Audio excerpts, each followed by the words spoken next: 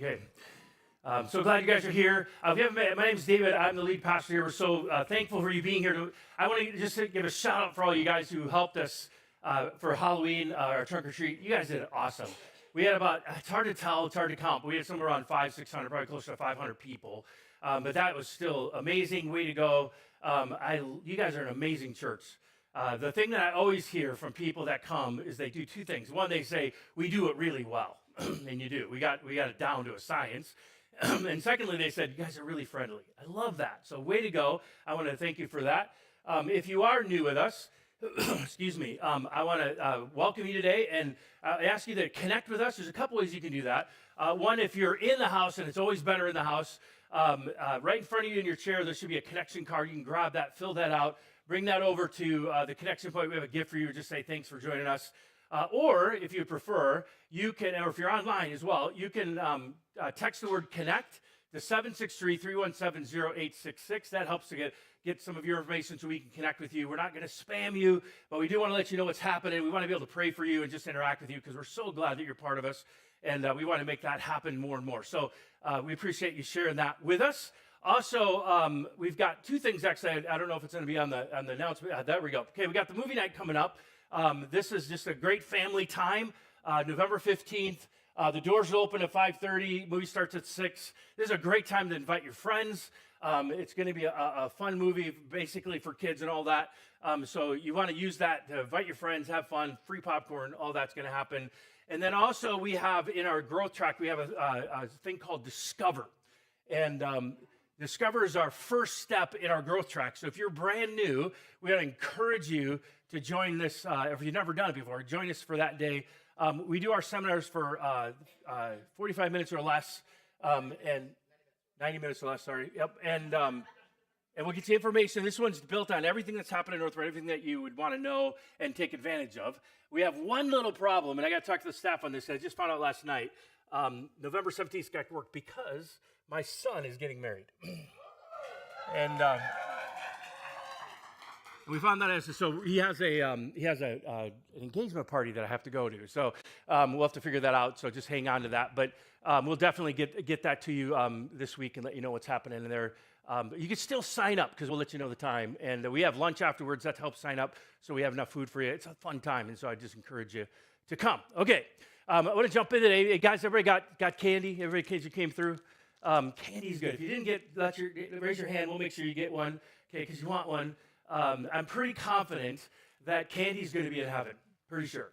And the good part is it won't make you fat. So that's great. There is one type of candy, in my opinion at least, one type of candy that this outclasses everything else, and that's anything chocolate for me. I don't like, Melody's the opposite of this, my wife, but I don't like nuts in my chocolate. That's like an unholy relationship, I don't think. And so it needs to be just chocolate. But if my only thing I had a choice was no chocolate or chocolate with nuts, I'm going to be unholy that day because chocolate's amazing. So hopefully when you came in, you got one. Again, if you didn't and you want one, please raise your hand. I want you to make sure you get one, okay? Let me tell you a story. A while back, a number of years ago, when I was they actually called me the Christian education pastor. No one ever does that anymore. I was also the youth pastor, but I was a Christian education pastor in Wheaton, Illinois.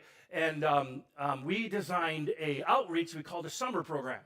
We got this great idea that during the summer, we would take care of kids that come in, and we'd have a program every day, one day through Friday, and all that kind of thing. And it was designed basically to help us reach people who wouldn't normally come to church. So because of the church doing it, we were able to keep the costs down. So people that had needed childcare, but were able to come a lot cheaper than they normally would. And it worked out really great. We had a ton of people. It was a really good program. It was a lot of fun, huge success. The really cool thing is that the people we were reaching were really not regular attending church. And that became obvious as we began to deal with their kids. The fact is that there were kind of kids from all spectrum. You had, the sweet little darlings that you love to see, and they were a lot of fun. And then you had the other kids, and those were tough. And these kids we used to call EGRs, extra grace required, because they were tough. And I remember one kid was on the top of that list who was really difficult to manage.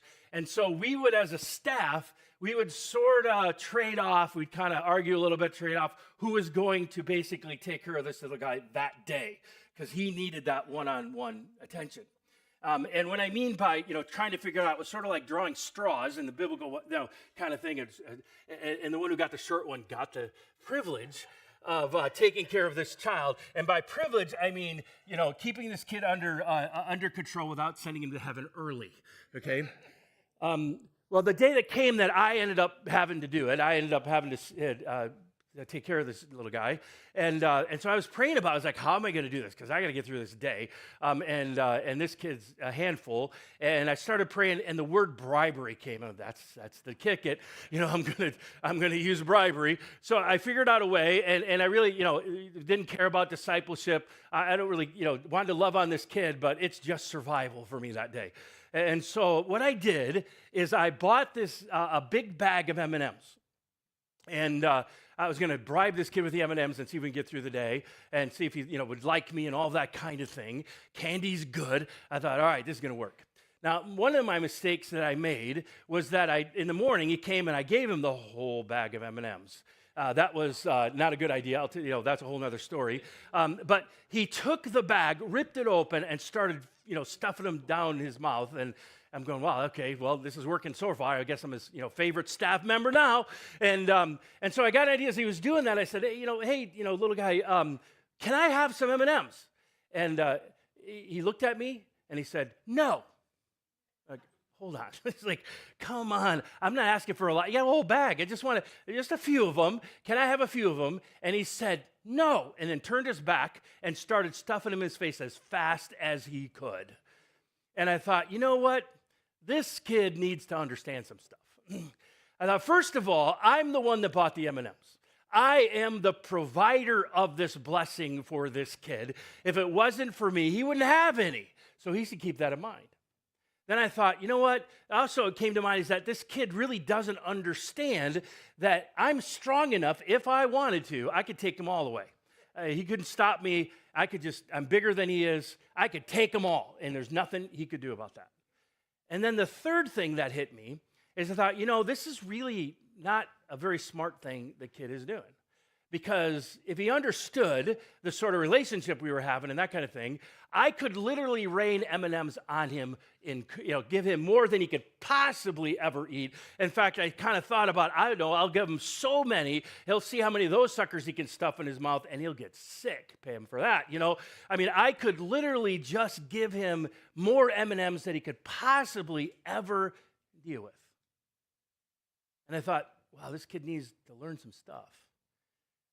Because he's amazingly ungrateful, and more importantly, how unwise was his response to me when I was just asking him for a few, and he never shared them with anybody. He ate them all. Now, don't worry. I've got my own pack here in my pocket here, so I'm not going to ask you to share yours. I learned my lesson, so you don't have to worry about that. But I gave you some candy for a couple of reasons, okay? One is it's an integral part of my story, which I'm going to tie to in just a minute. But secondly, this is what we usually call Stewardship Month. Now, normally in our past, we would do it in January. And for various reasons and programming and kind of working with the area and the culture, we just felt like November would be better than January. So what we've done every year is we take the 1 month and we just focus on stewardship so that we can talk about that. You don't have to think like there's a problem as he's talking about money or anything like that. We just deal with it in a month of the year and really hit it hard, and then we go on to other things. So that's the other reason we're doing this. And so we're going to do that for the month of November. We also have some really cool things coming. We have a Thanksgiving dinner that we're going to do as a church. We have some Thanksgiving baskets. We'll tell you about those as we get a little closer to that. But I also gave you candy because I know people tend to get a little uncomfortable when a pastor talks about money. In fact, they get a little upset. I've had people walk out on me at times, And so I want you to know that for me, it scares me a little bit too. Probably that's the series that I put more time in and really are trying to be careful is this one. Because I know that we're talking about something that's really close to our hearts, and it's risky. So I know you might get mad at me. I hope you don't, because I don't like people mad at me. I'm human. I like people that like me, and I want everybody to like me and that kind of thing. But I also want you to know that I am more scared about what God thinks about me. And I have an obligation, a responsibility as your pastor to teach you everything that God teaches and not just the easy fun parts. And so this is one of those. To be honest, I thought I'd buy you some candy because it'd sweeten you up a little bit, so maybe you'll be able to hear what I got to say a little bit better, okay? Now, I also want you to know that normally what I do is when I have kind of and this is not that way so much, but when I have an in-your-face message, I like to give you the punchline right up front. And the reason is I don't want you to feel like I'm doing a gotcha. I hate that. I hate when people do it to me. I don't want to do that to you. And so what I want to, as we start out, I want to give you that, okay? I want to give you the kind of punchline, and then we'll talk about it more. Anybody need more candy? Okay, yes, sir. Okay, you ready? Okay. What this boy didn't understand, and what so many of us at times don't understand, is that every good thing that we have, every good thing, comes from God as a gift. And like this little boy, we tend to respond, as he responded to the M&Ms when they come into his life, we tend to respond to God's good gifts when they come into ours. Here's the lie. Ready? How you handle your resources is really a heart issue, not a stewardship issue. It's really about our hearts. You will either respond to God's blessing with faith and gratitude and gratefulness, and you kind of look at that and say, okay, I got a responsibility to do with this. I'm going to bless my family, and I'm going to bless other people, and I'm going to do some things that God, you're going to trust God with all that. Or you're going to respond to when an increase comes with an entitlement mentality, where in essence, we don't say it this way, but in essence, what we're saying, it's all mine. I remember, Gollum, my precious, it's all mine. As we start this year's stewardship, I want to encourage you to adopt a mindset.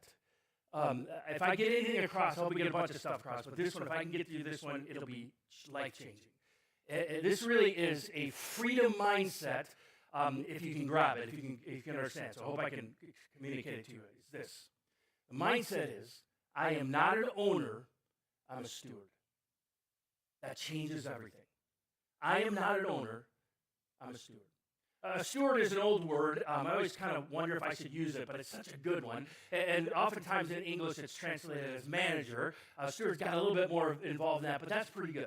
So a steward is someone who manages someone else's resources so that they, in their honor, and that means that a stewardship is all about being trusted with somebody else's resources to manage them the way the owner wants you to manage them. We're not owners. Today I want to explore kind of the idea and basis and understanding of money, that how money really is supposed to work. And I want to ask you, what part of money does that, in your understanding of your life, what does it play? How much do you look at your money and then look at success? Is it a lot? Is it connected? How do you respond when God gives you an increase? What are we supposed to do with that? One thing that, when it comes to financial resources, one thing that I absolutely know is that every single one of us has a different pile of M&Ms. Some of us have a sort of a snack-sized pile. Some of us have the medium kind of bag, and some people have a big honking bag of M&Ms. And what I want you to kind of get is that people tend to think that their importance and their success is based on the pile of stuff they have. But I want you to know that that's actually not true. I've had the privilege of knowing some people who are extremely wealthy. And they will tell you, if they were able to get honest with you, that the size of the pile doesn't really equate to being successful and important. It gives you power, but those things don't come. I want to get that across. See, no matter what your size, our loving God will come to you and he'll say, bring me some M&Ms. Just give me a couple. God will come to you and say, I want you to honor me by using the pile that I've given you, whatever it's small, medium, or large, doesn't matter. Whatever pile, I want you to use that pile, steward it in a way that basically gets noble things done, that gives me glory in the world, that takes care of your family, and does the things you need to do. I want you to use it in the right things in the right ways. And by the way, I also want you to know that your heart is connected. We'll talk about this in a minute, to your money. And so he says to us, just give me 10% back of the M&Ms. That's all. You can have the rest and manage the rest. Just give me a few. And most of us have the same kind of response that a little boy had to me. Oh, no. When I get a crease, it's mine. It's all mine. I'm an owner. I can do whatever I want.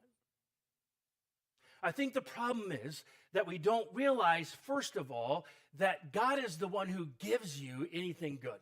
God is the one that gives you the pile of M&Ms. Anything that's good in your life, the Bible says, comes from God from above. So any good thing that you have has been given to you. We didn't really earn it. I mean, we used, I'll talk about that in a second, but the blessings come from God. God gave us our minds. God gave us our talents. God gave us our qualities that we use to make more money, to acquire more M&Ms. And so even the things that we are have been given to us by God.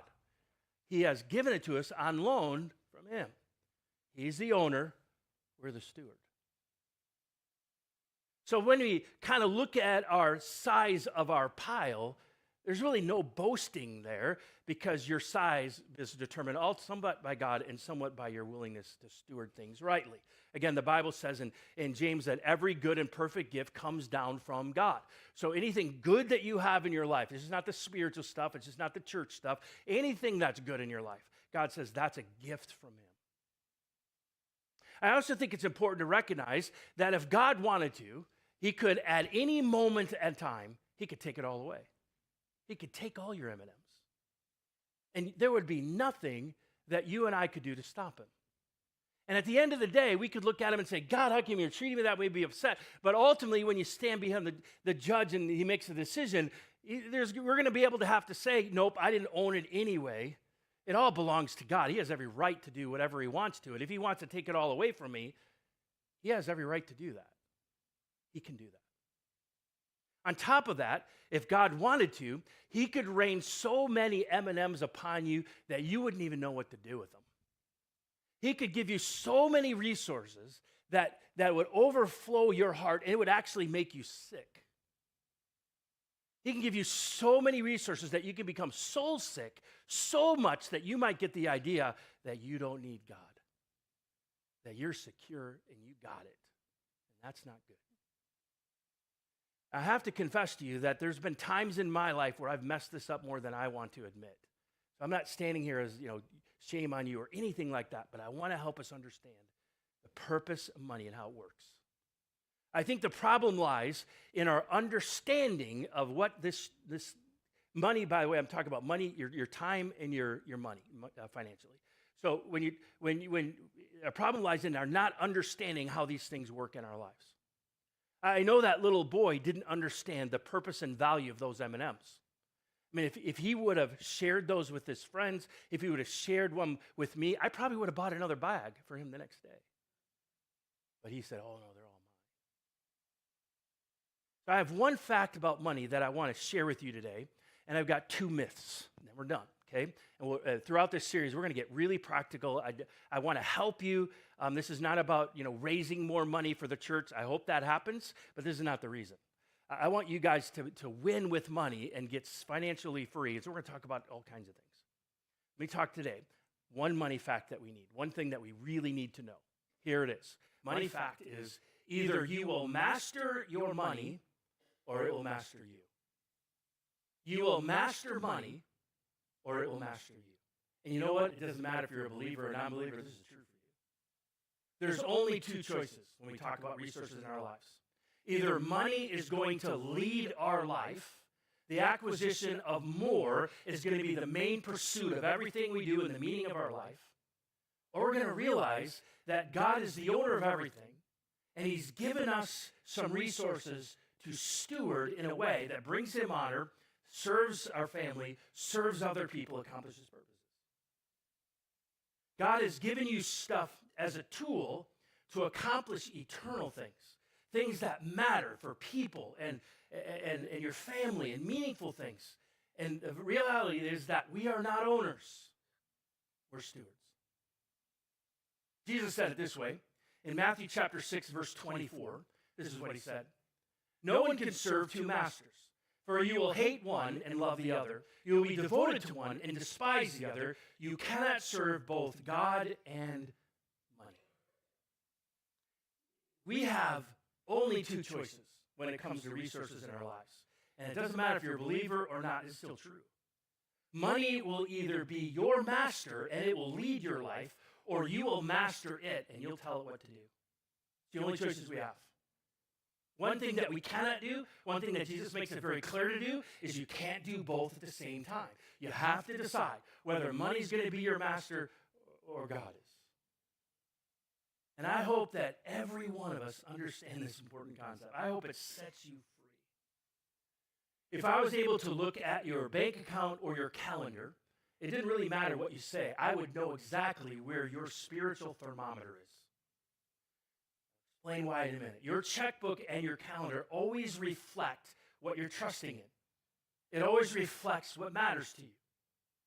What you trust in for significant satisfaction and fulfillment is determined by where your money goes and where your time goes.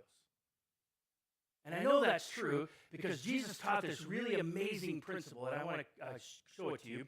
Matthew chapter 6, verse 21, Jesus said this way, wherever your treasure is, there the desires of your heart will also be. Wherever your treasure is, there your desires of your heart will also be. I want you to notice the order here, because when I first heard this, I didn't really pay attention to it until I really studied it one day, and because I kind of thought, okay, here's the deal. If this is my heart, this is my resources. My heart basically tells where my money and time goes. That's what I thought. The heart, wherever the heart goes, my money and my resources go. So whatever I love, that's where I invest things in. And what I want you to see is Jesus doesn't say that. Not at all. I want you to notice what Jesus actually says is that wherever your treasure is, your heart will be. Your heart follows whatever you invest in. You invest time in this thing, it's going to become important to you. You take your money and you spend money on it, it's going to become important to you. In other words, your heart always follows wherever your money and your time goes. Whatever you invest in will become important. And everything in our culture around us beckons us to chase money and things. Partly it's just the advertisement gig, right? You got to buy my thing, and then when you buy my thing, your life will be great, that kind of thing. The promise is that new shining thing, if we could get that one shiny new thing and we could purchase, our life would be better. I'll be happier. I'll be more successful and significant and fulfilled. World says, chase me, chase me. Money calls to us with the promise that if we could just catch it, we'll be fulfilled. Everything will be great. The problem with that is that when we're about to catch it, we're close to it, or maybe even when we finally grab it, money changes direction. Money starts pulling us in different ways. It's crazy. Even when you think that you're able to catch it, then you catch it and you think, oh, this shiny new thing's kind of cool, and it wears off pretty fast, and then suddenly it says, chase another thing, chase another thing. This other thing that wasn't it, this other thing is it. Just let that side and go after something else. The world calls it the rat race. We get on that wheel and we just start running, but we never go anywhere. But we still chase. That rat race is, rather than a fun game of tag played with friends, that race is more like a spinning wheel where we spend a lot of energy and a lot of focus, and then the game, we never reach our destination. It's an unfair game and it ain't fun because you never quite get there. God invites you to work in a better way. He wants us to see the resources, not to ignore them or think they don't matter, but he wants to help you see them in a way so that money works for you and not against you. Money itself is neutral. If the money was sitting on the table, it's doing nothing, right? It's neither good nor evil. But the moment we pick it up, that's when it changes. because we're going to do something with it. And if we're trying to get our significance and fulfillment and satisfaction through getting more money, getting the never-ending pursuit of more, it's a nightmare. As a result, money becomes an idol, something that we chase and devote all of our time and all of our energy, and we sacrifice some of the important relationships that we have. We think, I can't go to your baseball game. I got to work, or whatever it is. And as a result, money becomes that idol, the kind of idol that can lead you to becoming a workaholic. And it can result in gambling addictions for those people who don't want to work hard, but they want to get the quick rich scheme thing going, and so they're going to gamble it away. And it can lead us to putting our value and worth in how much money we have rather than how much God is pleased with us. Financial management, especially for a believer, is always a lordship issue long before it's a money issue. It's about who's going to be the master in my life. It's a faith issue long before it's how to steward things. That's why we're talking about it today. Paul warns us, 1 Timothy 6:9-10, he says this: people who long to be rich fall into temptation and are trapped by many foolish and harmful desires that plunge them into ruin and destruction. For the love of money is the root of all kinds of evil. And some people craving money have wandered from the true faith and pierced themselves with many sorrows. Perhaps this is why, maybe the reason why some people get really upset when pastors, and I understand it a little bit, pastors talk about money. I mean, pastors have abused it, and that's the problem. And I get that. I'm not saying that hasn't happened. But maybe the reason that people get kind of nervous about it is because we're talking about something that is really close to our hearts. Stewardship is not really about money management. It's about a heart issue. It's about our values. It's about what matters to us most. It's about who's mastering us. So what do we do with all this? Well, if this is true, and I think it is, Jesus' words where he says that our heart follows where we invest, that's just the way God's wired us. There's nothing right or wrong about that. That's just who we are. And if that's the case, we can choose to make it work for us and not against us. If our hearts follow what we invest our resources in, then we need to choose carefully. We need to choose wisely how we invest and invest in our values, the things that we know are most important, the things of God and the mission and the people that matter in our lives. That's where we say, okay, we're going to invest that way so that my heart goes where it's supposed to go. Jesus is telling us how we are wired. And if that's true, it'll work for us or against us. I think that's what God really means when there's parts in the Old Testament where he says, I want my people to be the head and not the tail. I love that phrase. He wants all of us as believers to be the head and not the tail. The head is what wags the tail. He doesn't want Christ's followers to have the world basically wagging us. He wants us to stand in the middle of the mess and the fallenness and help people see what really matters, and they're going to see it through how we manage our time and our resources. He wants us to be the head and not the tail. Let me try to illustrate this. I found a report, a Midwest bank did some research on people who applied for a first-time mortgage. Understand the context. So these are people who have never owned a home, and they're trying to get a mortgage for the first home, okay? These are some statistics. This is what they found. They found that 90%, that's a big number, 90% of all those of the applicants had 4 credit cards, and 3 of them were maxed out. 82% of the applicants also had at least 2 car payments that were minimally $600 a month or more. That's a big number. 70% reported that they have regularly made late payments to their creditors. 70%. 32% have overdrawn their checking accounts within the last 90 days. They're applying for a mortgage. In the last 90 days, they overdrafted their credit card or their checking account. And to get this, according to this report, it would take, they basically said it would take each of these family an average of 6 years to pay off the debt they have as long as they don't add any more along those 6 years. This is crazy. These are families who don't even have a mortgage yet. Friends, this is called financial bondage. That is not a fun way to live. Finance experts estimate that 85% of Americans, watch this, 85% of Americans will have less than $250 in savings when they reach age 65. That's crazy. So let me suggest a couple of myths. One, the money fact is that you will either master money or money will master you. That's true. Let me tell you a couple of myths that we buy into that aren't true. Myth number one, the idea that more money will bring me more satisfaction. More money will bring me more satisfaction. It's not true.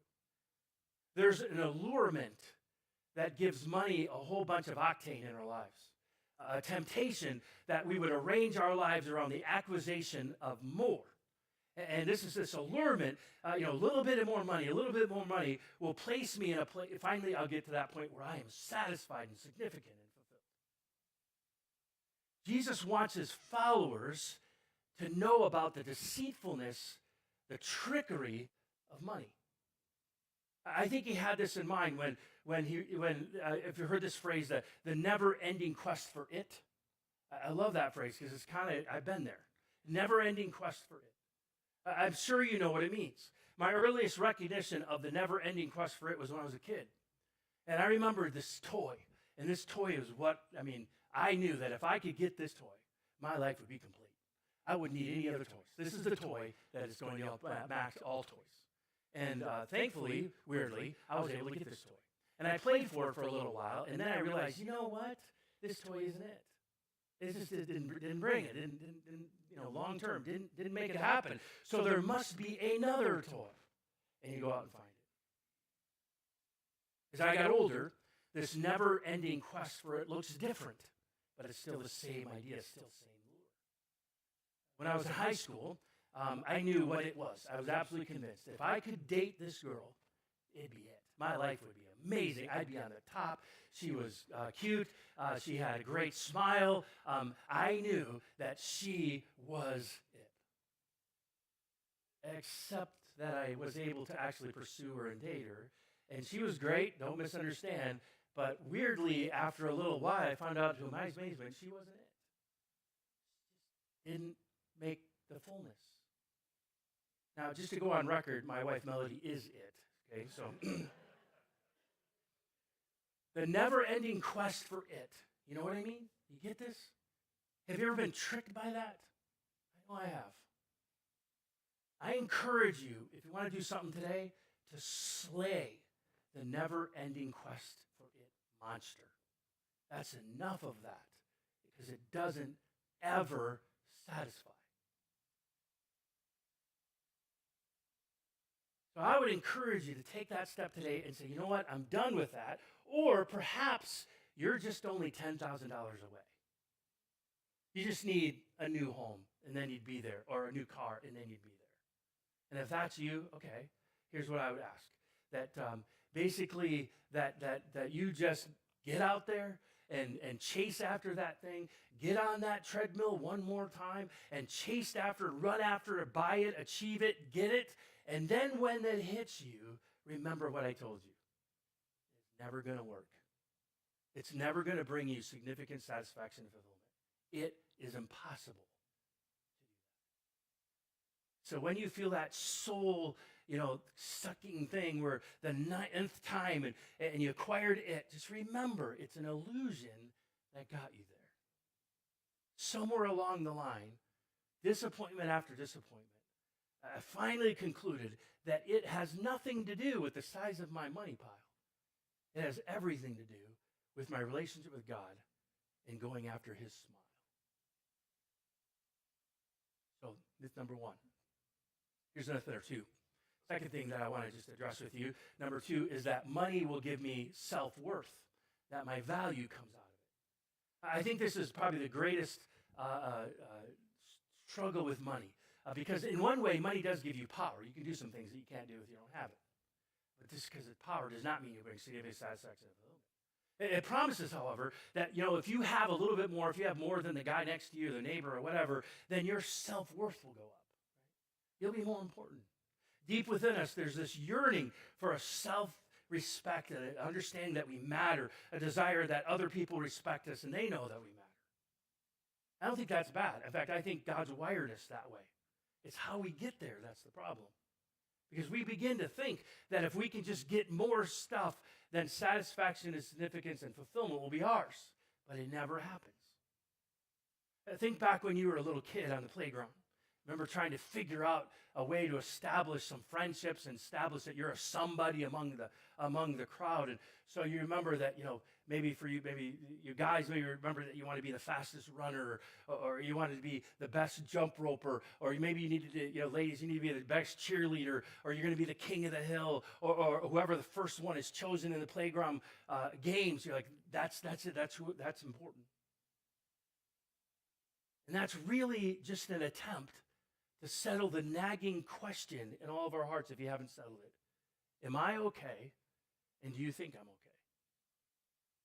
Every little guy, every little gal on the playground wants to feel like they're somebody. And that's important, and there's nothing wrong with that. The problem is the where we go to find it. So you roll the video 30, 40 years and later, and you look at society that we live in, and nothing's really changed. The whole significance thing, the whole I want to be a somebody, still is connected to what you own. What do advertisers tell us? Well, basically the implication from the movies and the media and everything we watch online tells us that if you will be somebody if. It's the if factor.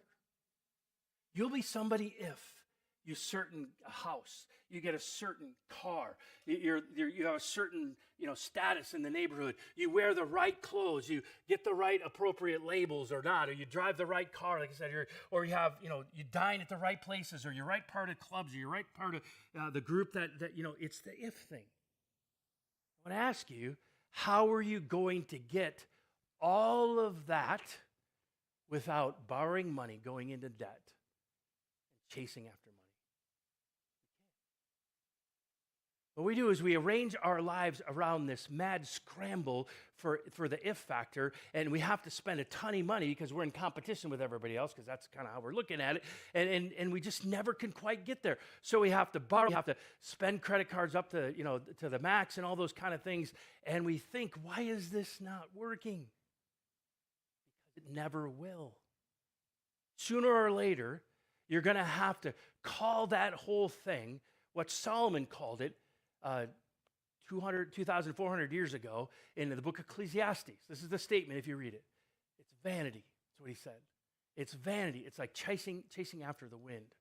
The thing about Solomon, he was king, and he had all the resources to get everything he wanted. And if you read the book, it's like, I tried this. I got all the best food, and I got all the best vacations, and I got all the best women. And he lists it. And after everything, he goes, that wasn't it. It's vanity. It's vanity. You could spend a lifetime on the acquisition of it, and at the end of your life, you come up with zero. And your relationships are destroyed because you sacrifice them to go get it.